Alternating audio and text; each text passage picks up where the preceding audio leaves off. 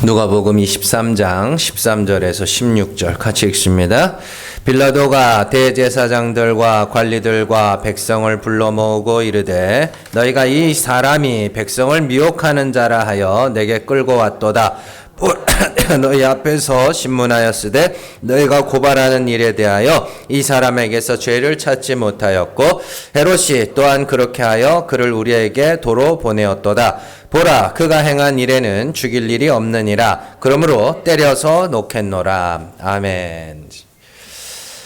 누가복음 197번째 시간입니다. 채찍에 맞는 이유입니다. 우리가 잘 아는 바와 같이 예수님은 우리 죄를 대신 지시고 십자가에서 죽으셨습니다. 예수님이 우리 죄를 지시고 십자가에 죽으셨다는 것은 최소한 세 가지 의미를 담고 있습니다. 첫 번째는요, 예수님은 자신의 죄로 말미암아 죽은 것이 아니라는 뜻입니다. 우리가 지금까지 예수님의 재판에 대해서 계속해서 살펴보고 있습니다만은 전체적인 의미로 살펴봤을 때 오늘 말씀에서 빌라도가 말하는 바와 같이 예수님에게서는 죽을 죄가 발견되지 못했습니다. 아무리 살펴봐도 죄가 있다 한데 이것 갖고 죽을 정도는 아니다, 이런 결론에 이르게 됐죠. 유대인들은 예수님이 사람들을 미혹하였다는 죄목으로 예수님을 고발했지만 빌라도가 모든 상황을 살펴본 바에 의하면 예수님은 사람들을 미혹한 적이 없고 또 로마라는 나라의 위협이 될 만큼 유대인의 왕 노릇한 적도 없고 그랬죠. 예수님은 대제사장에게도 신문을 받으시고 빌라도와 헤롯에게도 신문을 당하셨습니다. 그리고 그들이 살펴본 바 예수님에게는 죽을 만한 어떤 죄도 없었다라는 결론에 이르게 되죠. 히브리서 4장 15절 말씀 같이 읽습니다. 우리에게 있는 대제사장은 우리의 연약함을 동정하지 못하실 리가 아니요 모든 일에 우리와 똑같이 시험을 받으시니로되 죄는 없으시니라. 아멘. 자, 예수님이 죄가 없으심에도 불구하고 채찍에 맞으시고 십자가에 못 박히신 것은 단순히 예수님이 억울한 죽음을 맞이하였다, 그런 이유가 아닙니다. 한 개인의 삶으로 따져보면 예수님의 죽음은 억울한 죽음처럼 보일 수도 있습니다만은 성경에서 말하는 바에 의하면 예수 그리스도의 죽음은 마땅히 죽어야 할 누군가의 죽음을 대신해서 죽은 죽음이죠. 자, 요한복음 1장 29절 말씀 같이 읽습니다. 이튿날 요한이 예수께서 자기에게 나오심을 보고 이르되 보라, 세상 죄를 지고 가는 하나님의 어린 양이로다. 아멘. 요한복음 11장 50절에서 52절 같이 읽습니다. 한 사람이 백성을 위하여 죽어서 온 민족이 망하지 않게 되는 것이 너희에게 유익한 줄을 생각하지 아니하는도다 하였으니 이 말은 스스로 함이 아니요 그 해의 대제사장이므로 예수께서 그 민족을 위하시고 또 그 민족만 위할 뿐 아니라 흩어진 하나님의 자녀를 모아 하나가 되게 하기 위하여 죽으실 것을 미리 말함이러라. 아멘. 예수님은 세상 죄를 지고 가는 하나님의 어린 양으로서 자기의 죄가 아닌 자기 백성의 죄를 대신하여 십자가에서 죽으신 것이죠. 예수님의 이런 대속의 죽음은 성경 곳곳에서 예언되어 있었고 예수님은 그러한 예언을 따라 자기의 죄가 아닌 누군가의 죄를 대신해서 죽으셨습니다. 핵심은 다른 사람들의 죄를 대신하여 죽기 위해서는 예수님에게는 죄가 없어야 되는 것이죠. 예수님에게 죄가 있다면 예수님은 자기의 죄 때문에 죽은 것인지 아니면 다른 사람들의 죄를 대신해서 죽은 것인지 알 수가 없기 때문이죠. 그래서 누군가가 나를 대신하여 죽었다는 것은 그에게는 죽을 만한 죄가 없어야 되는 것이죠. 두 번째로 예수님이 우리를 대신하여 죽으셨다는 것은 내가 바로 죽어야 할 죄인임을 말해주는 것입니다. 예전에도 몇 번 예를 들어서 설명을 해드린 적이 있는데 조선시대에는 매품팔이라는 직업이라고 하기엔 좀 그렇습니다. 직업 비슷한 그런 게 있었습니다. 뭐 하는 사람이냐면 곤장 맞을 일이 있으면은 대신 맞아주는 거예요. 보통은 이제 엄청 돈 없는 사람이나 머슴들이 그 일들을 많이 했습니다. 그래서 만약에 머슴이라 치면 주인이 이제 범죄를 저질렀어요. 곤장을 맞아야 돼. 그럼 이제 주인한테 돈을 받고 주인 대신 가서 맞아주는 거예요. 양반네들 아주 그냥 살기가 좋은 그거 이제 매품팔이라고 합니다. 그들은 자신을 고용한 사람들의 죄를 대신하여 곤장을 맞았습니다. 그렇다면 이들을 고용한 사람들이 알아야 하는 것은 매품팔이들이 곤장을 10대 맞았다면 자신의 죄가 곤장 10대만큼의 죄라는 것을 알아야 하는 것이고, 매품팔이가 곤장을 20대 맞았다라면 자신이 저지른 범죄가 곤장 20대만큼의 범죄라는 것을 알아야 하는 뜻이죠. 자, 그런데 성경은 예수님의 우리를 대신해서 십자가에서 죽으셨다고 합니다. 그 말은 우리가 십자가에서 죽어야 할 만큼 죄인이라는 뜻이죠. 자, 로마서 6장 23절 말씀 같이 읽습니다. 죄의 삭은 사망이요 하나님의 은사는 그리스도 예수 우리 주 안에 있는 영생이니라. 아멘. 이 말씀에서 보는 바와 같이 죄의 삭은 사망입니다. 우리가 구원을 받지 못하는 이유는 의를 행하지 않아서, 내가 착하게 살지 않아서, 하나님께서 만족할 만한 어떤 착한 일을 많이 하지 않아서 천국에 가지 못하는 것이 아니라 이 죄의 문제를 해결하지 못하기 때문에 구원을 받지 못하는 것입니다. 우리가 아무리 많은 선을 행하고 아무리 많은 공적을 쌓는다 할지라도 그것이 우리를 구원해 주지 못하며 그것이 우리의 죄를 대신해 줄 수가 없다는 뜻이죠. 예수님은 이런 죄의 문제를 해결하기 위해서 이 땅에 오셨고, 우리는 그로 말미암아 죄사함을 받음으로써 죄의 문제가 비로소 해결하게 됩니다. 그것 말고는 다른 방법이 없어요. 문제는 우리는 우리의 죄가 얼마나 크고 무서운지를 알지 못한다는 것이죠. 우리가 별 생각 없이 하는 행동이나 말이나 생각까지 우리의 죄 하나하나는 사망이라는 무서운 결과를 가져오는 것입니다. 그래서 우리에게 필요한 것은 우리의 죄를 알고 자백하고 회개함으로 죄사함을 받는 것이죠. 사도행전 5장 30절에서 31절 말씀 같이 읽겠습니다. 너희가 나무에 달아 죽인 예수를 우리 조상의 하나님이 살리시고 이스라엘에게 회개함과 죄사함을 주시려고 그를 오른손으로 높이사 임금과 구주로 삼으셨느니라. 아멘. 제일 중요한 건 기독교의 핵심은 회개입니다. 착하게 사는 삶, 변화된 삶, 어제와는 다른 삶. 아니요. 그거 중요한 거 아니에요. 그게 중요한 게 아니고 회개하는 거예요. 근데 자기 죄를 아냐고. 그게 핵심이라니까요. 처음부터 끝까지 그게 핵심이에요. 그러니까 내가 막 착하게 살고 선하게 살고 이런 거는요, 다른 종교들이 다 해요, 그거. 제가 유교랑 기독교의 차이점을 아주 간략하게 한번 말씀을 드린 적이 있는데, 유교는 한마디로 요약하면 뭐냐면 미안할 짓을 왜 해예요. 뭔 말인지 아시겠어요? 우리 여러분들 그 말싸움 같은 거 하면 막 그러죠. 야 미안해. 그러면 부부싸움 할 때 잘 그러더만요. 미안할 짓을 왜 해? 지는 그렇잖아요. 그게 유교예요. 유교예요. 근데 기독교는 미안해 그러면 나도 얼마든지 미안할 짓을 하니까 그래 용서해주고, 이게 기독교라니까요. 근데 아무도 잘못했다는 사람이 없는데 그 싸움이 어떻게 끝나겠냐. 그러니까 기독교의 핵심은 이렇게 회개예요. 회개. 처음부터 끝까지 한 번 회개했으면 어쩌죠. 아니 그건 결국에 뭐 하기 싫다는 거예요. 2번은 하기 싫다는 거 아니에요. 그러면 죄를 안 지어요? 한 번 짓고 예전에 예수 믿기 전에는 죄를 다 짓다가 이제 예수 믿고 나면 안 지어요? 솔직하게 진짜로? 그러지 않잖아요. 세 번째로 예수님이 우리를 대신하여 죽으셨다는 것은 한 사람 한 사람의 죄가 더해져서 죽었다는 의미가 아니라 개개인의 죄가 십자가에 달릴 만한 죄라는 뜻입니다.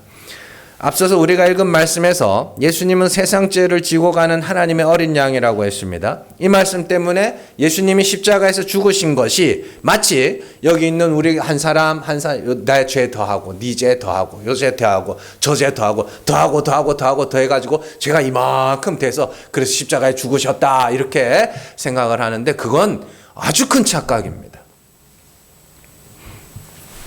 이는 자신의 죄를 희석시키기 위한 인간들의 어리석은 생각입니다. 구약의 예를 들어서 설명을 해드릴게요. 자, 구약에서요, 하나님이 꽤나 자주 나한테 올 때는 빈손으로 오지 말라는 이야기를 자주 하십니다. 그 중에 제일 중요한 말씀을 한번 볼게요. 자, 출애굽기 34장 20절 말씀 같이 읽습니다. 나귀의 첫 새끼는 어린 양으로 대속할 것이요 그렇게 하지 아니하려면 그 목을 꺾을 것이며 내 아들 중 장자는 다 대속할지며 빈손으로 내 얼굴을 보지 말지니라. 아멘. 빈손으로 나오면 안 된다. 그래서 막 어떻게 하나님 앞에 나오는데 빈손으로 올 수가 있냐고 그런 이야기를 하는데 이 말씀 외에도 모세의 율법에는요, 빈손으로 내게 오지 말라는 말이 자주 등장합니다. 근데요, 이는 하나님께서 짐승을 잡아드리는 제사를 너무 좋아하셔가지고, 올 때마다 제물 갖고 나오라 하는 그런 말씀들이 아닙니다. 아이고, 오늘은 양을 가져왔네, 오늘은 소를 가져왔네, 그런 이야기가 아니에요.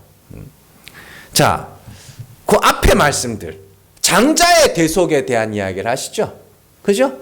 그 출애굽기 34장 20절에 보면 나귀의 첫 새끼는 어린 양을 대속할 그렇게 하지 않으면 그 목을 그 앞에 네 아들 중 장자는 다 대속할지며 이렇게 되어 있습니다.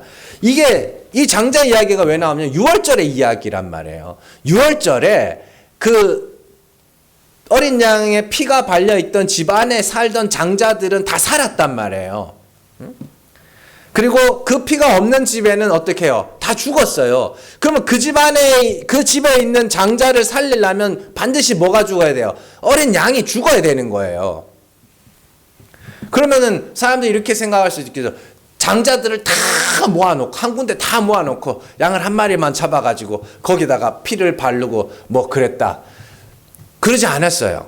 이스라엘 사람들에게는 공통된 기억을 하나 갖고 있었는데 그게 6월절 기억이에요. 보세요. 자, 출애굽기 16장 3절 말씀 같이 읽습니다. 이스라엘 자손이 그들에게 이르되 우리가 애굽 땅에서 고기 가마 곁에 앉아 있던 때와 떡을 배불리 먹던 때에 여호와의 손에 죽었더라면 좋았을 것을 너희가 이 광야로 우리를 인도해 내어 이 온 회중이 줄여줄게 하는도다. 아멘. 이게 이제 이스라엘 백성들이 광야에서 고기 못 먹는다고 이제 찡찡거릴 때 했던 말인데 여기 잘 보시면 고기 가마 곁에 앉아 있던 때와 떡을 배불리 먹던 때에 여호와의 손에 죽었더라면 좋았을. 이게 뭐냐면 6월절 기억이에요. 6월절에 어린 양 잡아서 피 바르고 무교병 먹으면서 뭐해서 양고기 먹었단 말이에요. 그 기억이에요. 집집마다 그 기억을 다 갖고 있는 거예요. 그러니까 장자들은 장자를 하나 살리려면 그 집안의 양이 반드시 뭐예요? 반드시 죽어야 되는 거예요. 그리고 그 6월절의 어린 양이 누구를 상징해요? 예수 그리스도를 상징하죠. 고린도전서 5장 7절 말씀 같이 읽습니다. 너희는 누룩 없는 자인데 새 덩어리가 되기 위하여 묵은 누룩을 내버리라. 우리의 6월절 양 곧 그리스도께서 희생되셨느니라. 아멘. 6월절 양 곧 그리스도. 그 말은 6월절 어린 양이 상징하던 것이 누구라는 거예요? 예수 그리스도라는 뜻이죠. 자, 그렇다면 예수님이 온 세상의 죄를 지고 가셨다는 것은 예수님이 모든 사람들의 죄를 더해서 죽었다는 뜻이에요? 아니에요. 한 사람의 죄를 대신하여 개개인의 죄를 대신하여 죽으셨다는 뜻이에요.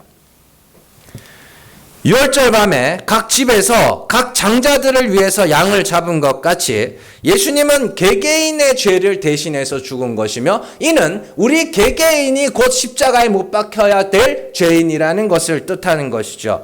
그렇기 때문에 예수 그리스도의 십자가는 한 개인의 죄가 십자가에서 죽어야 할 만큼의 죄라는 것을 우리에게 말해줍니다. 그래서 고린도후서 5장 18절 같은 데서는 한 사람이 모든 사람을 대신하여 죽었은즉 모든 사람이 죽은 거라고 이야기를 하는 겁니다.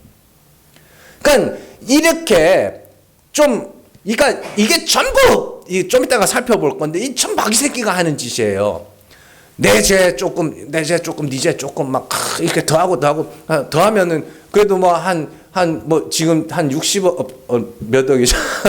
한 80억 된다 치고 그 정도 사람의 죄를 더하면 뭐 예수님이 죽을 정도의 죄가 되겠지. 이런 게 아닙니다. 나 한 사람의 죄예요, 그게. 예? 그러니까 죄를 희석시키려고 하지 마세요. 자꾸 그런 시도들이 신학사 내내 있어 왔었어요. 죄를 희석시키려고 하는 게. 내가 그 정도 나쁜 놈은 아니라는 거지, 결국엔. 아니요, 여러분들 그 정도 나쁜 놈들 맞아요. 저도 마찬가지고. 이처럼 예수님이 우리를 대신하여 죽으셨다는 것은 자신의 죄 때문에 죽은 것이 아니며 우리의 죄가 그만큼 크다는 것이며 더 나아가 개인의 죄가 그만큼 크다는 것을 의미합니다. 문제는 예수님은 우리의 죄를 대신하여 죽으셨으나 우리의 죄가 그렇게 큰 죄라는 사실을 알지도 못하고 깨닫지도 못한다는 사실이죠.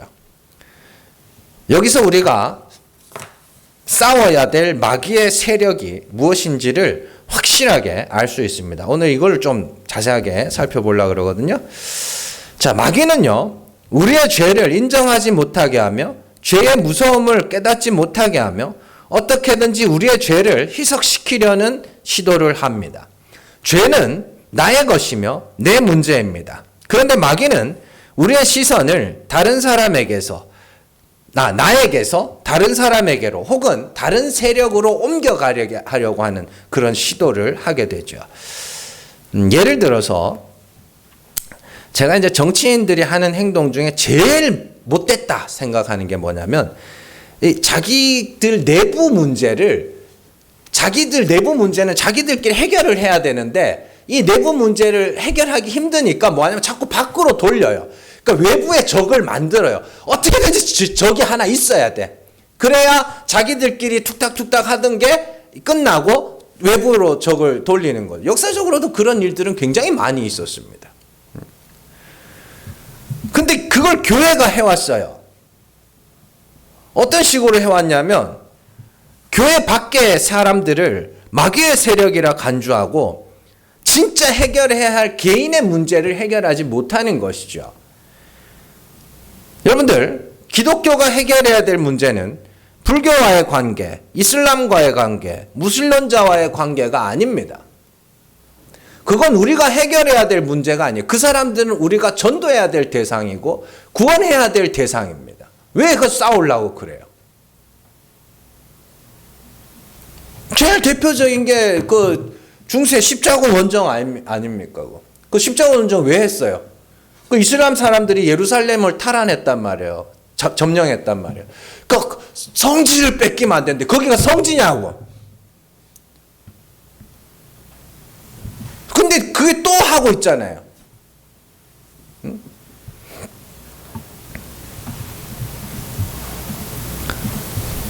그들이 우리에게 물리적인 해를 끼친다 할지라도 우리는 그들에게 복음을 전해야 합니다. 여러분들 사도행전에서 사도 바울이 우상 숭배자들하고 싸우던가요?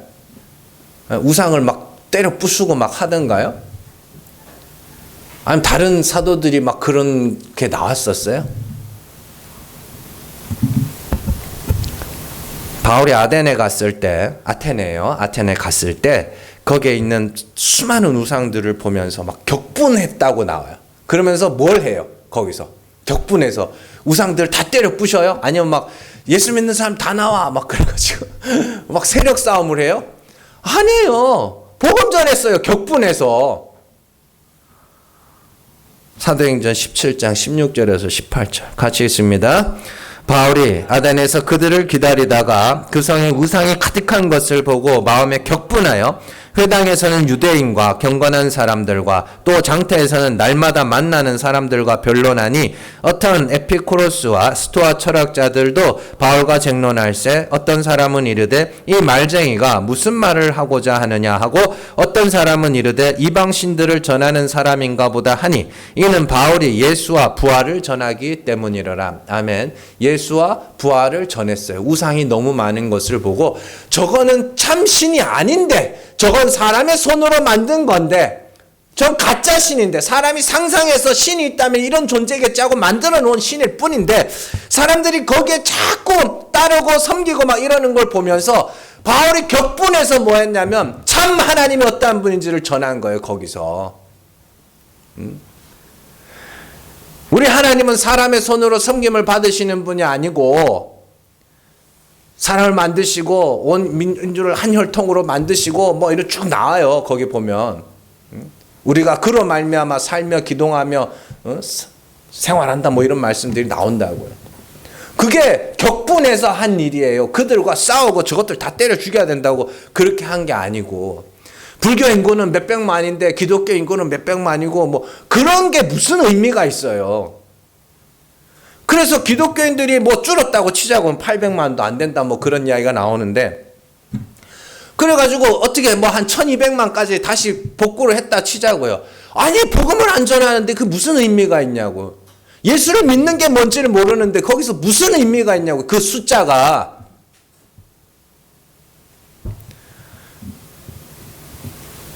그렇지 않습니까?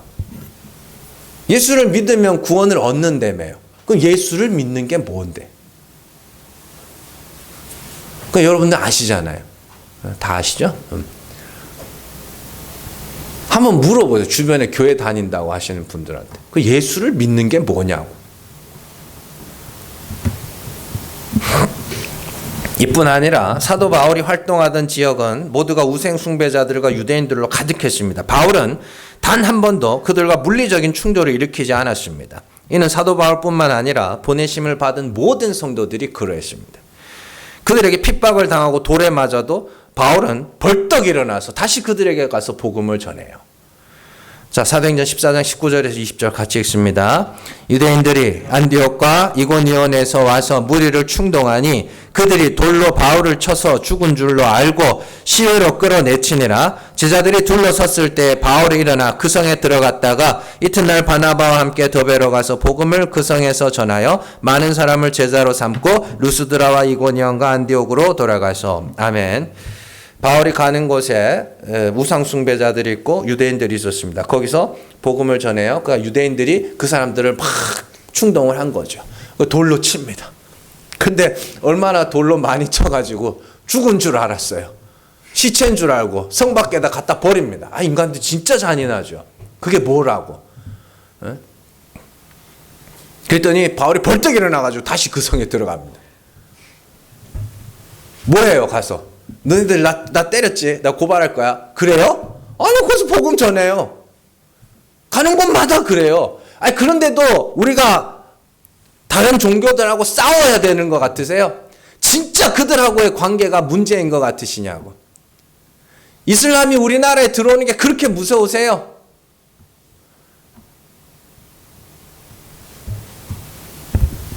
우리 애들은 뭐 어쩌죠. 아니 자기 애들도 건사를 못하면 어떻게 해요?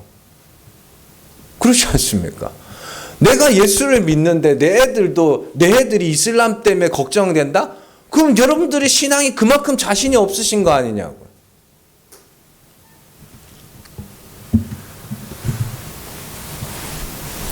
우상을 섬기는 자들은요, 우리의 적이 될 수 없습니다.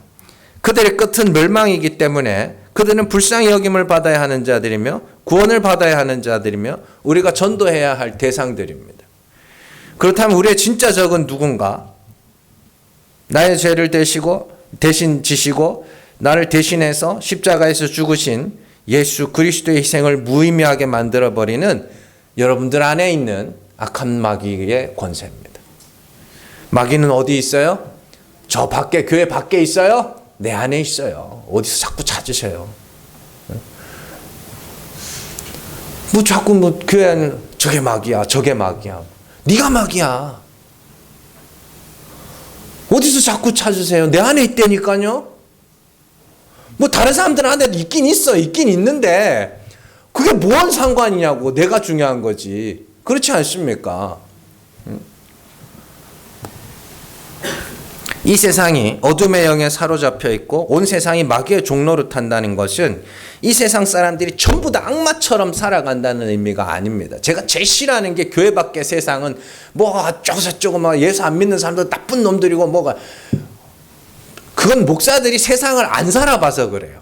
맨날 교회 안에만 있다 보니까. 또 교회 안에 있으면 성도들이 교회 와가지고 얼마나 착한 척 오질나게 하잖아요. 다 착한 척하고 막.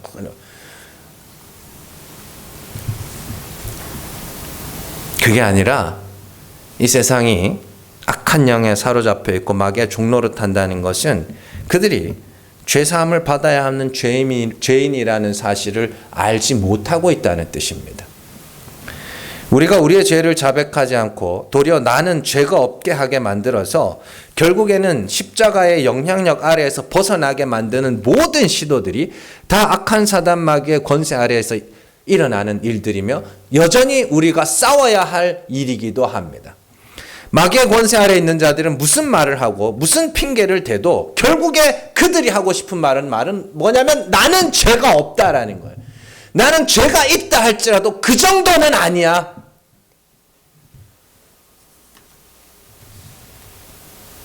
그런 마귀의 권세를 이기는 유일한 방법이 뭐예요?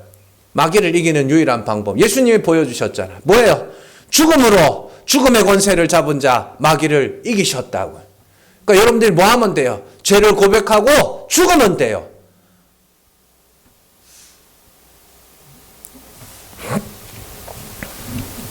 요한일서 1장 7절에서 9절 말씀 같이 읽습니다.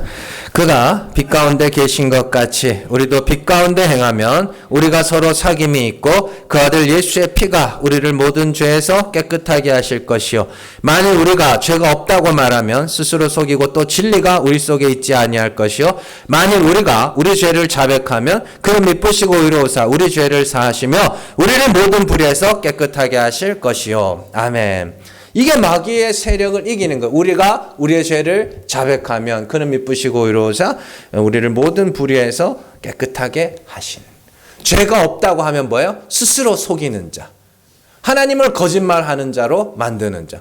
하나님은 그런 거예요. 나는 너를 그렇게 만들어 놓은 적이 없는데 너는 왜 죄가 없다고 말해?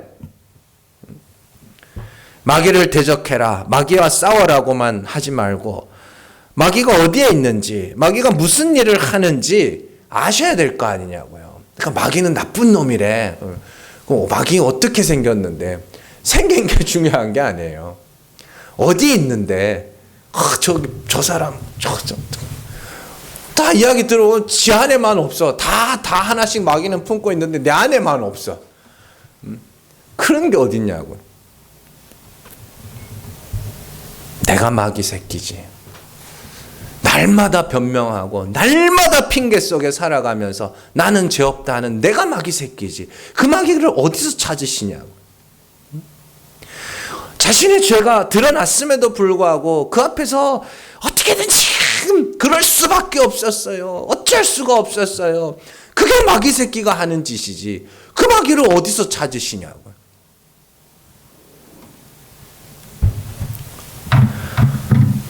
그러니까 마귀가 어디 있는지도 모르고 무슨 일을 하는지도 모르는데 그냥 무작정 마귀가 싫대요. 그럼 왜 어떻게 도대체 마귀가 뭘 해서 싫은 거야 도대체?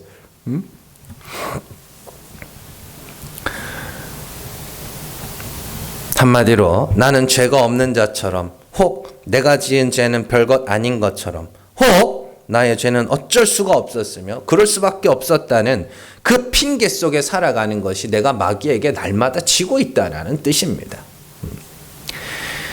그런 것을 놓고 보면 실상 우리는 마귀에게 질 때가 너무 많은 것 같아요. 너무 많은 것 같아요.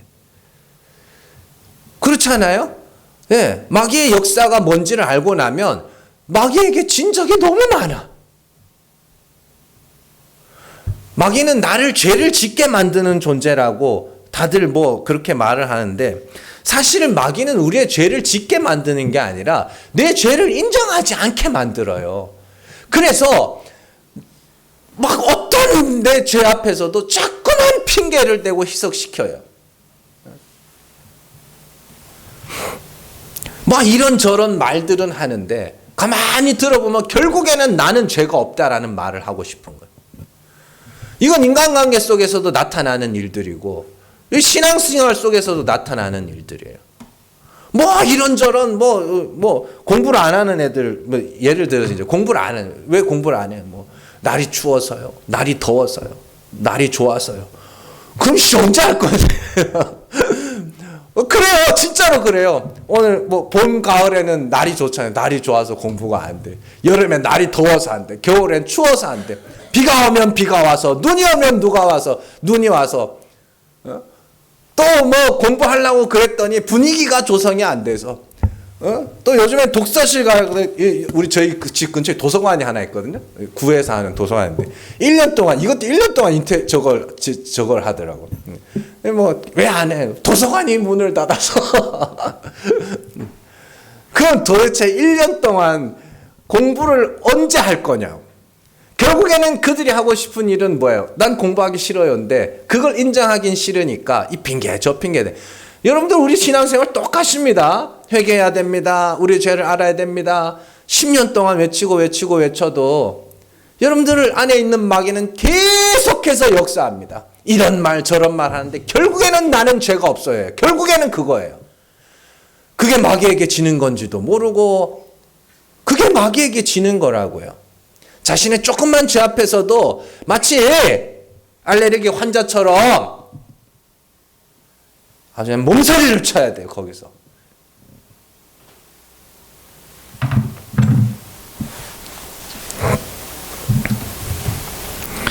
야고보는 마귀를 대적하라고 말하면서 어떻게 하는 것이 마귀를 대적하는 것인지 우리에게 정답을 알려줍니다.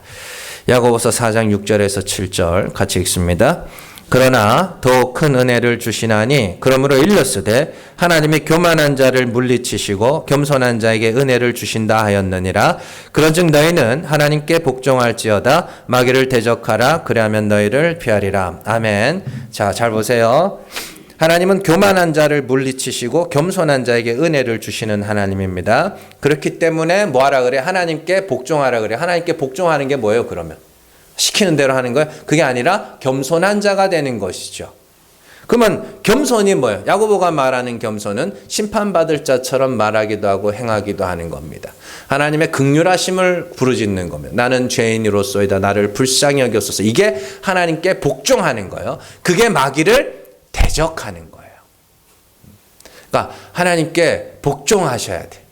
그러니까 우리가 이렇게 성경에서 복종이라고 이렇게 번역을 해놔가지고 그러는데 우리가 복종 그러면 뭐 시키는 대로 하는 걸 복종이라고 그렇게 생각을 합니다만은 성경에서 말하는 복종이라는 건 종속되는 의미입니다. 그래서 하나님하고 하나님께 종속이 되다. 그래서 하나님이 교만한 자는 물리치시고 겸손한 자를 은혜를 주시는 하나님이면 그 겸손한 자에게 은혜를 베푸시는 하나님에게 종속이 되어서 내가 겸손한 자가 되면 그걸 복종이라고 그렇게 이야기를 하는 거예요. 그게 마귀를 대적하는 거예요. 자기를 낮추는 거, 두 마음을 품은 자들이 마음이 성결하게 되는 거, 손을 깨끗하게 하는 거. 손이 깨끗하다는 건 손에 진 게 아무것도 없다는 뜻이에요. 가난한 자가 되어서 하나님의 긍휼하심만을 바라는 것, 나 잘났다 하지 않는 것, 그것이 하나님께 복종하는 것이며 그것이 마귀에게 이기는 것, 마귀를 대적하는 겁니다. 자, 오늘 말씀에서 빌라도는 예수님이 채찍에 맞으시는 이유에 대해서 말해주고 있습니다.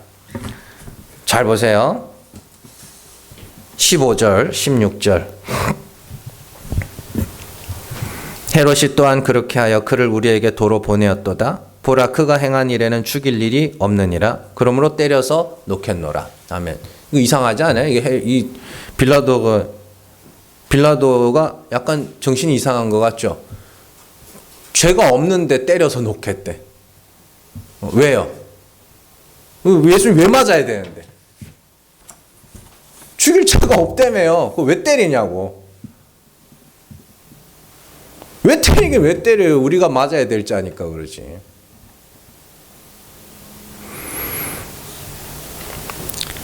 이사야 53장에 보면 예수님이 채찍에 맞으신 것은 우리의 죄와 허물 때문이라고 말하고 있습니다. 이사야가 그 말을 하면서 굉장히 중요한 말씀을 덧붙여놔요. 이사야 53장 4절과 8절 같이 읽습니다. 그는 실로 우리의 질고를 지고 우리의 슬픔을 당하였거늘 우리는 생각하기를 그는 징벌을 받아 하나님께 맞으며 고난을 당한다 하였노라. 그는 곤욕과 신문을 당하고 끌려가시나 그 세대 중에 누가 생각하기를 그가 살아있는 자들의 땅에서 끊어짐은 마땅히 형벌받을 내 백성의 허물 때문이라 하였으리요. 아멘. 예수님은 우리의 질고를 지고 우리의 슬픔을 당하셨습니다. 우리의 죄와 허물 때문에 맞으셨고 우리의 허물 때문에 찔림을 당하셨죠. 그런데 사람들은 그가 하나님께 고난을 당한다 생각하였다. 사람들은 그 세대 사람들 중에 아무도 자기 백성의 허물 때문에 죽었다고 생각하는 자가 없었다.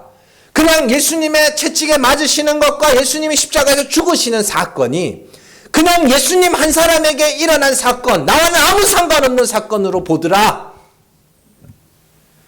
나무에 달리면은 뭐예요? 율법에 의하면 나무에 달린 자마다 저주를 받아 죽은 거죠. 그 예수님이 나무에 달려서 죽었어요. 근데 사람들이 뭐냐면 사람들이 그 예수님을 보고 나랑 상관없는 예수야.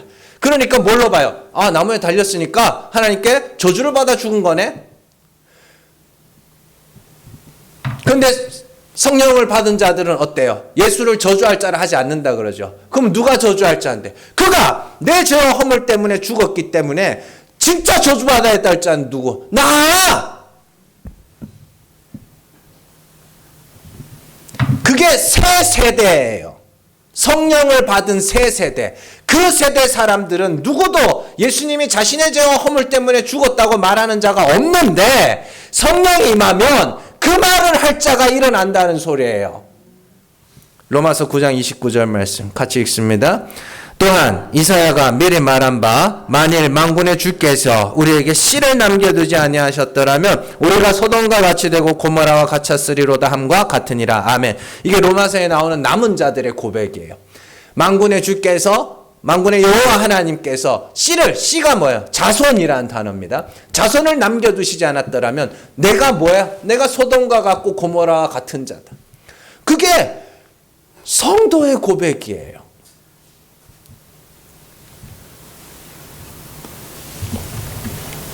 그 새 세대, 새로운 세대, 성령을 받은 새로운 세대. 말세에 내가 내 영으로 모든 육체에 부어주리니. 그래서 성령이 임하는데 그 성령이 임한 증거가 뭐냐? 내가 저주받을 죄인입니다. 그런데 이를 죽을 것을 위하여서 나 대신 십자가에 오르신 예수, 그 아들을 내어주심으로 우리를 향한 자기의 사랑을 확증하신 하나님 감사합니다. 그것이 성도의 고백이죠. 그것이 영원한 기쁨의 근원이며 우리의 평강의 근원인 것이죠.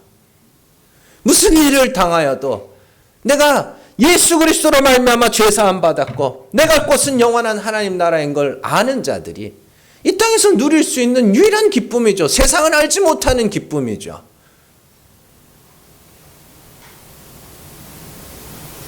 이들이 바로 마귀의 권세를 이긴 자들입니다. 내가 죽어야 할 죄인인데 그 아들 예수의 피가 나의 죄를 사하셨습니다. 이게 이긴 자들이에요. 그래서 계시록에 뭐 나와요? 이긴 자들 나오죠. 이긴 자. 그럼 뭘 이겼는데? 뭘 이기셨냐고. 마귀의 권세를 이겼죠. 어떻게 이겼어요? 죽음으로 이겼죠. 그래서 계시록에 가면 재밌는 장면이 나와요. 계시록에서 온 세상을 바다라고 그럽니다. 바다라 그래요. 그 바다가 그 죽은 자를 내어준다 그러거든요.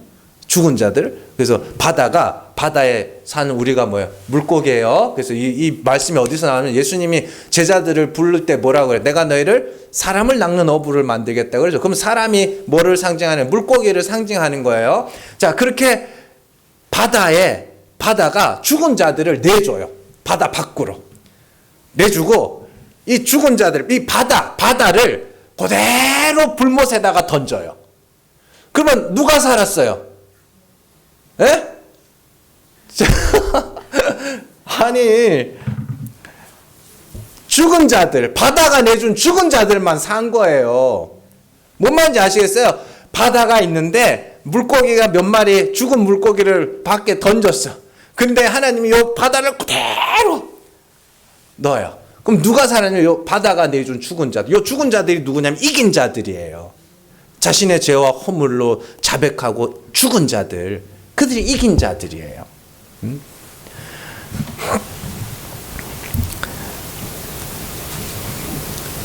자, 여러분들 이제는 지지 마세요. 좀 이기세요. 이제는 좀 이기셔야 됩니다. 다른 사람들의 죄를 뭐 보이는 건 어쩔 수 없는 거지만, 근데 우리가 진짜로 봐야 하는 것은 나의 죄와 내 허물을 봐야 됩니다. 성령이 보게 하시고 깨닫게 하시는데 애써 부정할 때가 많은 거 알아요. 그럼에도 불구하고 봐야 됩니다. 쉽지 않습니다. 근데 해야 됩니다. 우리는 죄를 짓지 말라는 이야기를 하는 게 아닙니다. 우리는 죄를 지을 수밖에 없는 존재들입니다. 하나님이 우리에게 원하는 건 정직이에요. 정직.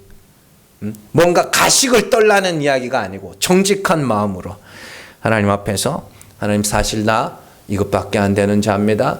주님, 그래서 나는 예수 그리스도의 십자가가 다른 누구보다 필요한 자입니다. 이러한 고백들 속에서 정말로 마귀의 권세와 싸워 이기시고, 정말로 세상이 볼 때 죽은 자와 같으나 하나님 앞에서는 산 자로 여김받는 저 여러분들 되시기를 주님의 이름으로 축원합니다. 기도하겠습니다.